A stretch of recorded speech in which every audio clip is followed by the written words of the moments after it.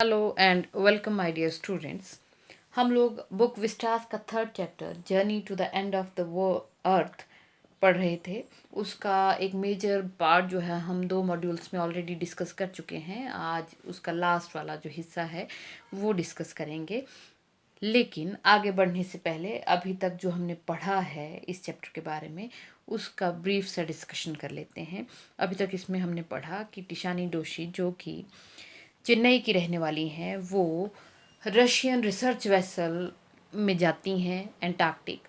और आगे चल कर के फिर हमने पढ़ा कि जिस कार्यक्रम के तहत वो एंटार्क्टिक गई हैं उस कार्यक्रम का नाम था स्टूडेंट्स ऑन आइस। और उसके हेड एक कैनेडियन थे, जियोफ ग्रीन। और जियोफ ग्रीन को अनुभव रहा होगा, पहले शुरुआती कुछ सालों में वो सेलिब्रिटीज़ और रिटायर्ड लोगों को ले जाते रहे होंगे एंटार्क्टिक। तो उन्होंने देखा कि वो लोग ग्लोबल वार्मिंग की थ्रेट को तो समझते हैं, लेकिन किसी भी तरह का एक्शन लेने में, एक्ट करने में उतने सक्षम नहीं हैं जितने कि यंग लोग हो सकते हैं। इसलिए फिर जियोफ ग्रीन ने डिसाइड किया कि वो हाई स्कूल स्टूडेंट्स को ही उस कार्यक्रम में ले जाएंगे, क्योंकि वो उस समय इस एज पर हैं कि वो बहुत बेहतर तरीके से चीज़ों को समझ सकते हैं और उससे भी इम्पॉर्टेंट चीज़ बहुत बेहतर तरीके से काम कर सकते हैं, क्योंकि वो भविष्य के पॉलिसी मेकर्स हैं। तो आज हम उससे आगे शुरू करेंगे। टिशानी डोशी कहती हैं कि जब हम अपने कंफर्ट जोन्स में बैठे हैं, अपने अपने घरों में बैठे हैं, तो उस स्थिति में ग्लोबल वार्मिंग के लिए हम अनभिज्ञ रह सकते हैं, लेकिन जब एंटार्क्टिक में जाकर के बर्फ़ की बड़ी बड़ी परतों को पिघलते और टूटते हुए देखते हैं, तब हम उस स्थिति में उससे प्रभावित हुए बिना नहीं रह सकते। Antarctic because of her simple ecosystem and lack होता है कमी ऑफ बायोडाइवर्सिटी जैव विविधता is the perfect place to study how little changes in the environment can have big repercussions. Repercussions होता है unpleasant effect, कुप्रभाव। एंटार्क्टिक अपने बिल्कुल सामान्य साधारण परिमंडल और जैव विविधता की कमी के कारण वो बेहतरीन जगह है, वो परफेक्ट जगह है जहाँ पर ये अध्ययन करने के लिए जाना चाहिए कि किस तरह से लिटिल चेंजेस, छोटे छोटे परिवर्तन इन द एनवायरनमेंट, पर्यावरण में जो हम करते हैं, कैन हैव बिग रेपरकशंस, उनके भी कितने बड़े बड़े कुप्रभाव हो सकते हैं।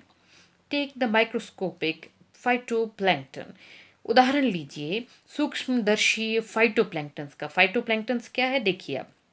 Those grasses of the see that nourish करना होता है, खा पी करके पुष्ट होना, फलना फूलना। एंड सस्टेन जीवित रहना the entire southern oceans food chain. उदाहरण लीजिए सूक्ष्मदर्शी फाइटोप्लैंक्टन्स का। फाइटोप्लैंक्टन्स क्या है? एक कोशिकीय घास है समुद्र में होने वाला, जिसके कारण पूरा दक्षिणी समुद्र का फूड चेन, भोजन चक्र जो है वो फलता फूलता है और जीवित रहता है। यानी कि कहने को तो वो सूक्ष्मदर्शी से देखे जाने वाला प्लांट है, लेकिन उन प्लांट्स के ऊपर मछलियाँ पलती हैं, मछलियों के ऊपर उस क्षेत्र के पक्षी और पशु पलते हैं। अगर वो फाइटोप्लैंक्टन्स ही नहीं होंगे तो मछलियाँ भी नहीं पलेंगी, वो नहीं जी पाएंगी, और इस तरह से वहाँ के पशु और पक्षी भी नहीं जी पाएंगे, और पूरी की पूरी फूड चेन जो है वो दक्षिणी समुद्र की वो पूरी तरह से ख़त्म हो जाएगी। दीज सिंगल सेल्ड प्लांट्स, ये जो एक कोशिकीय पौधे हैं, यूज द सन्स एनर्जी, वो सूरज की एनर्जी का, ऊष्मा का प्रयोग करते हैं टू एसिमिलेट करना होता है समावेश करना, इंक्लूड करना, शामिल करना, कार्बन को वो अपने भीतर शामिल करते हैं। एंड सिंथेसाइज, और उसके साथ साथ सिंथेसाइज करना होता है सम्मिश्रित करना, मिक्सचर बनाना, ऑर्गेनिक कंपाउंड्स, और इसी के साथ वो जैविक तत्वों का समावेश करते हैं इन दैट वंडरस अद्भुत and most important of processes called photosynthesis. ये फाइटोप्लैंक्टन्स नाम के जो एक कोशिकीय पौधे हैं, वो सूर्य की एनर्जी का, कार्बन का और वहाँ के जो जैविक तत्व हैं उनका सम्मिश्रण बना करके बहुत ही अद्भुत और महत्वपूर्ण प्रक्रिया, जिसको हम फोटोसिंथेसिस कहते हैं, प्रकाश संश्लेषण कहते हैं, उसको कंप्लीट करते हैं ये छोटे छोटे पौधे, फाइटोप्लैंक्टन्स, एक कोशिकीय पौधे। Scientist warn that a further और ज़्यादा डिप्लीशन होता है क्षय होना, क्षरण होना, खत्म होना, in the ozone layer will affect को प्रभावित करना द एक्टिविटीज ऑफ फाइटोप्लैंक्टन। वैज्ञानिक हमें चेतावनी देते हुए कहते हैं कि अगर ओजोन परत में और ज़्यादा अपक्षय होता है, ओजोन लेयर और ज़्यादा पतली पड़ती है, तो उसके कारण फाइटोप्लैंक्टन्स की गतिविधि के ऊपर असर पड़ेगा, which in turn will affect the lives of all the marine समुद्री animals and birds of the region क्षेत्र, और जिसके बदले में और जिसके कारण उस क्षेत्र के जितने भी समुद्री पशु और पक्षी हैं उनके जीवन भी कुप्रभावित होंगे। And the global carbon cycle, और अगर उनके जीवन प्रभावित होंगे तो उसका प्रभाव वैश्विक कार्बन चक्र पर भी पड़ेगा। इन the parable of phytoplanktons, parable होता है नीति कथा, नीति कथा मतलब ऐसी कहानी जिसका कोई ना कोई शिक्षा होती है, यानी कि शिक्षाप्रद कहानी नीति कथा होती है। In the parable of phytoplanktons there is a great metaphor for existence. Metaphor रूपक मतलब बहुत आधारभूत सोच। यहाँ पर ये जो आपने नीति कथा सुनी यहाँ पर फाइटोप्लैंक्टन्स की, वहाँ पर बहुत आधारभूत सूत्र है एग्जिस्टेंस के लिए, हमारे अस्तित्व के लिए। क्या आधारभूत सूत्र है? Take care of small things and big things will fall into place. Take care of small things, छोटी छोटी चीज़ों का ध्यान रखो और बड़ी चीज़ें अपने आप सही हो जाएंगी। यानी कि बड़ी चीज़ों के पीछे भागने के बजाय बेहतर है हम पहले छोटी छोटी चीज़ों का ख्याल रखें। जब वो ठीक हो जाएंगी तो बड़ी चीज़ें अपने आप ही बेहतर हो जाएंगी। Walk on the ocean, ocean महासागर, समुद्र के ऊपर वॉक, ये कैसे पॉसिबल है? My Antarctic experience was full of such epiphanies. Epiphany होता है किसी रहस्य का पता चलना, किसी नई चीज़ का पता चलना। But the best occurred just short of Antarctic circle and at 65.55 degrees south. मेरा एंटार्क्टिक का जो अनुभव है वो इसी तरह की कहानियों से या इसी तरह के रहस्योद्घाटनों से भरा हुआ है, लेकिन जो बेहतरीन घटना मेरे साथ घटी वो एंटार्क्टिक सर्कल में 65.55 डिग्री दक्षिण की तरफ को घटी। यानी कि भूमध्य रेखा से 65.55 डिग्री दक्षिण की तरफ जब चले जाएं तो उस लोकेशन पर जाकर के घटी। द शुक्ल sky had manage to wedge करना होता है कोई तीखी चीज़ कहीं जाकर के फंस जाए, घुस जाए, उसको कहते हैं वेज करना। तो यहाँ क्या कह रही हैं डोशी? द शुक्ल स्काई, हमारा जो जहाज़ था, जो समुद्री जहाज़ था, नाव थी शुक्ल स्काई, वो किसी तरह से wedged herself into a thick white stretch of ice. वो जाकर के कहाँ फंस गई थी? आइस की, बर्फ़ की एक मोटा वाइट बर्फ़ की बहुत बड़ा फैलाव था, उसके बीच में जाकर के फंस गई थी, between the peninsula and tadpole island. अब पेनिनसुला और टेडपोल आइलैंड का क्या अर्थ हुआ? पेनिनसुला का अर्थ हुआ कि लैंड का एक हिस्सा जो समुद्र की तरफ को चला गया हो, उसको कहते हैं पेनिनसुला। और टेडपोल हुआ, टेडपोल आप लोग समझते ही होंगे, मेंढक के बच्चे को टेडपोल कहते हैं ऐसे। तो टेडपोल आइलैंड का क्या मतलब हुआ कि टेडपोल के आकार का आइलैंड, टापू।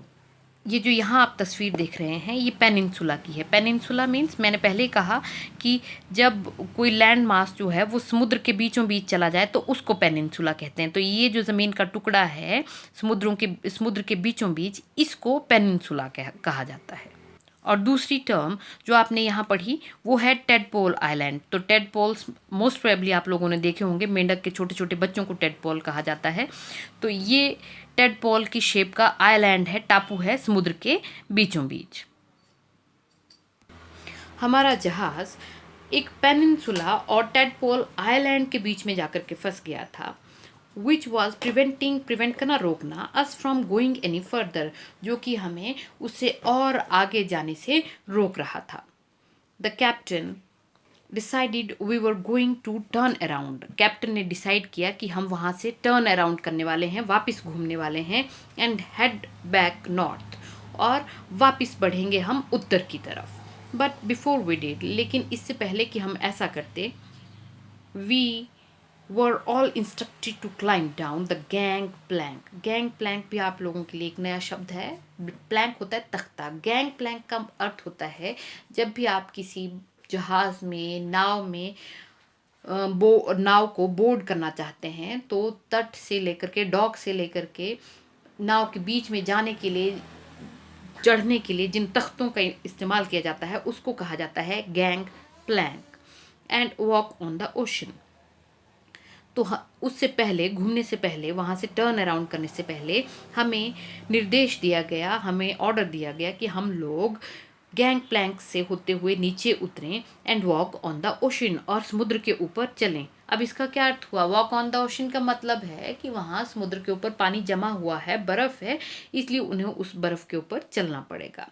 सो there we were all 52 of us kitted out. Kit out करना का मतलब होता है किसी विशेष पर्पस के लिए कपड़े देना या पहनाना। To give clothing for something, किसी पर्पस के लिए, किसी उद्देश्य के लिए कपड़े देना। तो वहाँ बहुत ठंड है, इसलिए जहाज से उतरने के लिए उन लोगों को पहनाए गए हैं इन गोटेक्स। गोटेक्स आप समझते हैं, ऐसा मटेरियल कपड़े का जिसके आर पार हवा नहीं जा सकती है, उसको गोटेक्स कहते हैं। कहते इसलिए हम 52 लोगों को पहनाया गया गोटेक्स का मटेरियल के कपड़े, एंड ग्लेयर्स। ग्लेयर्स मीन्स जो सन ग्लासेस हम इस्तेमाल करते हैं। वहाँ सन ग्लासेस का इस्तेमाल इसलिए करना पड़ेगा क्योंकि सब तरफ बर्फ़ की सफ़ेदी है, और उसके ऊपर जब धूप पड़ेगी तो उससे आँखों के ऊपर बहुत प्रभाव पड़ता है, इसलिए हमें धूप से बचने के लिए चश्मा भी दिया गया। Walking on the stark whiteness that seem to spread out forever, और हमें उस बिल्कुल सफ़ेदी के ऊपर चलना पड़ा जो ऐसा लगता था कि हर कहीं फैली हुई है, मतलब उस सफ़ेद बर्फ़ के ऊपर चलना पड़ा।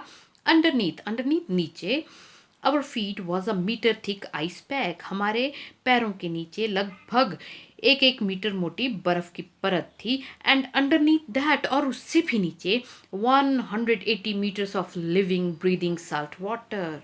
180 मीटर नीचे तक जीता जागता सांस लेता हुआ समुद्री पानी था। इसका क्या मतलब हुआ? नमकीन पानी था। जीता जागता मीन्स उसके नीचे बड़ी सारी मछलियां हैं, पेड़ पौधे हैं, इसलिए उस पानी को क्या कहा गया है? जीता जागता सांस लेता हुआ पानी कहा गया है। इन द पेरिफेरी, पेरिफेरी परिधि, बाहर वाला जो हिस्सा होता है उसको पेरिफेरी कहते हैं। क्रैब ईटर, क्रैब होते हैं केकड़े, क्रैब ईटर क्रैब्स को खाने वाले। सील्स वर्ड स्ट्रेचिंग, स्ट्रेच करना, शरीर को फैलाना। एंड सनिंग, सन करना, धूप सेंकना। Themselves on the ice floes, floes होते हैं बर्फ के बड़े बड़े टुकड़े जो पानी में तैर रहे हों। Much like stray dogs will do under the shade of a banyan tree, banyan बरगद। और वहाँ आसपास क्रैब्स को खाने वाले, केकड़ों को खाने वाली सील्स थीं जिन्होंने अपने आप को वहाँ फैला रखा था, जो लेटी हुई थीं और धूप सेंक रही थी बर्फ़ के तैरते हुए टुकड़ों के ऊपर, बिल्कुल वैसे ही जैसे बरगद के पेड़ के नीचे स्ट्रे डॉग्स, आवारा कुत्ते, सोया करते हैं या छाया में बैठा करते हैं। It was nothing short of a revelation. Revelation means रहस्योद्घाटन, नई चीज़ का पता चलना। एवरीथिंग डज इंडीड कनेक्ट, ये भी मेरे लिए एक तरह का रहस्योद्घाटन ही था। मुझे लगता है कि वाकई में हर चीज़ जुड़ी हुई है। 9 time zones, 6 checkpoints, 3 bodies of water and many ecospheres later. फिर बाद में फिर से 9 टाइम जोन्स क्रॉस किया, 6 चेक पॉइंट्स क्रॉस किए, 3 बड़े बड़े समुद्र क्रॉस किए, और उतने ही परिमंडल भी क्रॉस किए। आई वॉज स्टिल वॉन्डरिंग, लेकिन फिर भी मैं यही सोच रही थी about the beauty of balance, balance संतुलन, in play on our planet, हमारे ग्रह के ऊपर ये जो संतुलन चल रहा है, ये जो संतुलन प्रकृति ने बिठा रखा है, उसकी खूबसूरती में ही मेरा ध्यान खोया रहा। How would it be if Antarctic were to become the warm place that it once used to be? How would it be कैसा होगा तब अगर एंटार्कटिक जैसे पहले एक गर्म जगह हुआ करती थी फिर से एंटार्कटिक वैसा ही हो जाए? Will we be around to see it?